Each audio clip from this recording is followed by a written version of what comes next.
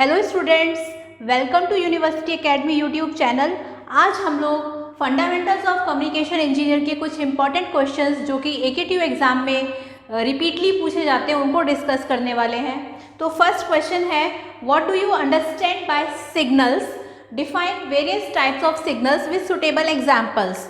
तो हम लोग जानते ही हैं कि सिग्नल्स क्या होता है, it is nothing but just an information, और ये इन्फॉर्मेशन किसी भी तरह से हो सकती है, लाइक ऑडियो, वीडियो या फिर कोई भी message signal.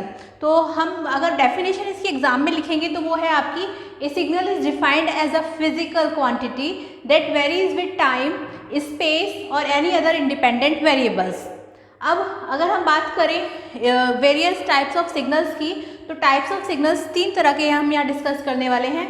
First is deterministic and random signals, second is even and odd signals, third is energy and power signals. और साथ साथ हम इनके कुछ एग्जाम्पल को डिस्कस करेंगे।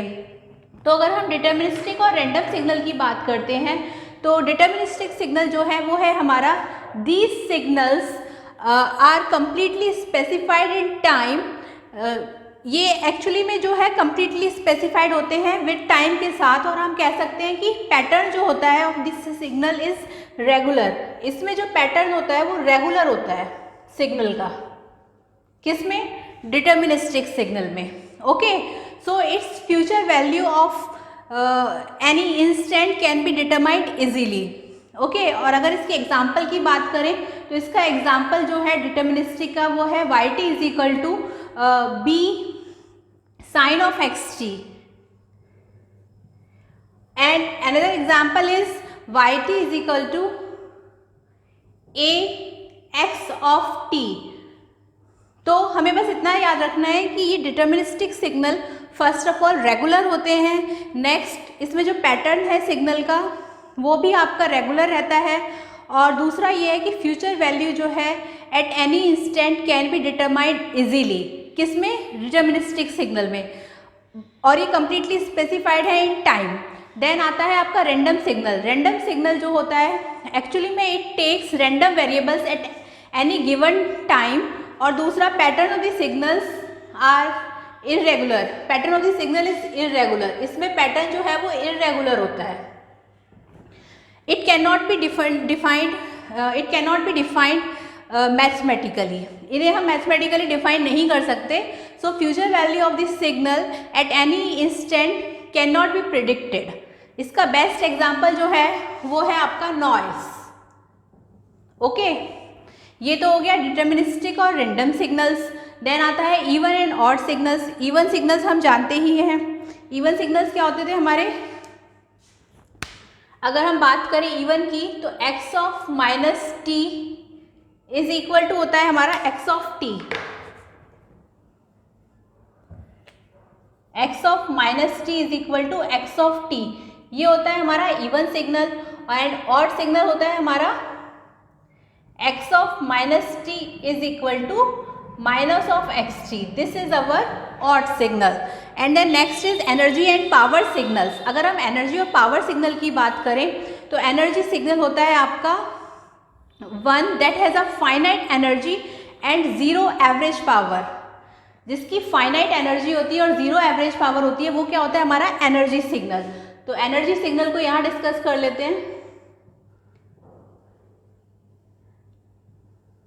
डेफिनेशन जो मैं बता रही हूँ उसी तरह से आपको लिखनी है। यहाँ पे मैं इसका शॉर्ट में बता रही हूँ, जिसमें क्या होता है, one that has finite energy and zero power, zero average power is known as energy signal. Then next is our power signal. Power signal क्या होते हैं?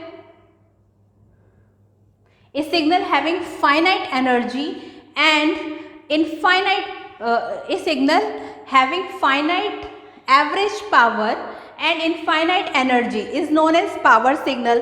तो हम कह सकते हैं कि पावर जो होती है वो इसमें फाइनाइट एवरेज पावर है आपकी, और अगर हम इसकी बात करें एनर्जी की तो वो आपकी यहाँ पे इनफाइनाइट होती है। ये हो गया आपका पावर सिग्नल। आई होप आपको ये क्वेश्चन समझ में आ गया होगा। 5 मार्क्स में ये जनरली पूछा जाता है, तो आपको इसी तरह से इसे बताना है। नेक्स्ट क्वेश्चन की तरफ चलते हैं कि और किस तरह से इस यूनिट से क्वेश्चन आ सकते हैं आपके एग्जाम में। नेक्स्ट क्वेश्चन है explain the need of modulation in communication system. ये भी हम लोग प्रीवियस लेक्चर्स में कर चुके हैं, तो आप इसे वहाँ से देख लेना। नेक्स्ट है आपका डेरिवेशन न्यूमेरिकल जो है ए 460 वॉट कैरियर, 460 वॉट हमें कैरियर पावर दे रखी है, is modulated to a depth of 65%, यानी कि हम कह सकते हैं मॉड्यूलेशन इंडेक्स 65% में है, पॉइंट फॉर्म में हो जाएगा 0.65। Calculate the power in the wave, find out करना है power, total power, calculate the total power in the wave. Total power निकालने का फॉर्मूला हम जानते हैं क्या होता है, PT is equal to PC 1 plus m square divided by 2।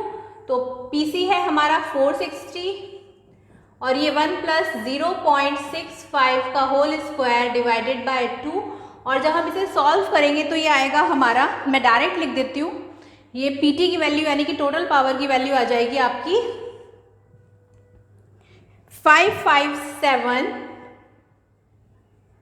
जब आप इसे सॉल्व करेंगे .0175 what. This is the total power in the wave.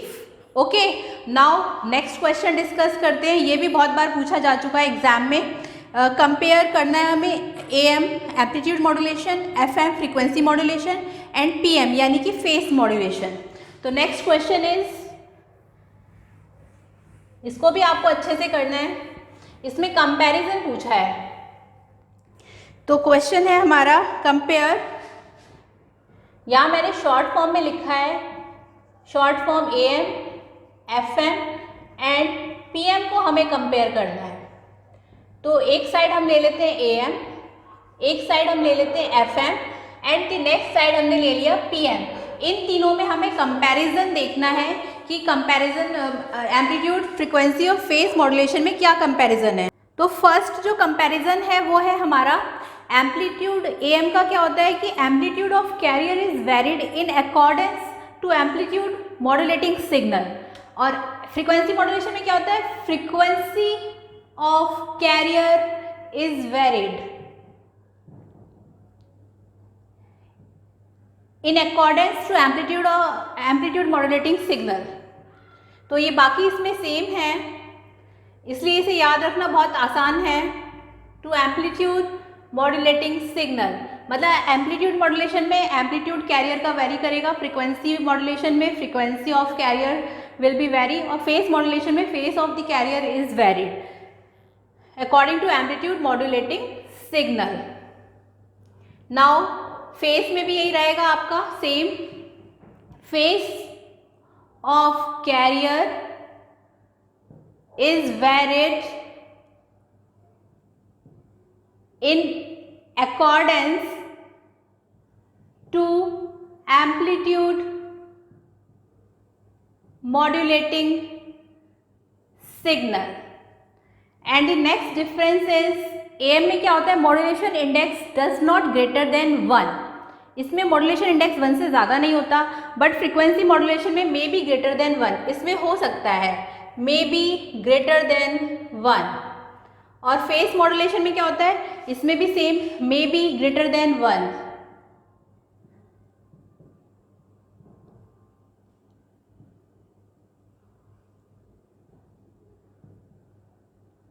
Next है एम्पलीट्यूड मॉड्यूलेशन में क्या होता है, most commonly used for transmitting information via A radio carrier wave. Frequency modulation में क्या होता है, कॉमनली यूज्ड हम इसे करते हैं, कॉमनली यूज्ड एट VHF यानी कि very high frequency radio frequencies for high Fidelity broadcast of music and speech, of music and speech. ये तो है आपका किसके लिए, फ्रीक्वेंसी मॉड्यूलेशन के लिए। अगर हम बात करें फेस मॉड्यूलेशन के लिए तो ये widely used for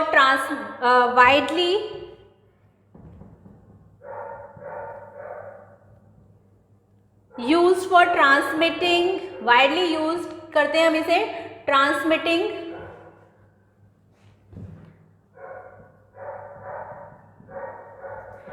radio waves, इसमें हम इसे ज़्यादातर यूज़ करते हैं। तो ये इसका बेसिक डिफरेंस है तीनों के बीच में। आइए कुछ और क्वेश्चंस देख लेते हैं जो बार बार रिपीट किए गए हैं। नेक्स्ट क्वेश्चन है if a FM wave is represented by equation हमें गिवन है यहाँ पर। इसमें हमें कैलकुलेट करना है कैरियर फ्रिक्वेंसी और मॉड्यूलेटिंग फ्रिक्वेंसी। तो सबसे पहले हम इस इक्वेशन को कंपेयर कराएंगे ओरिजिनल इक्वेशन से। तो हम कह सकते हैं कि equation of FM wave is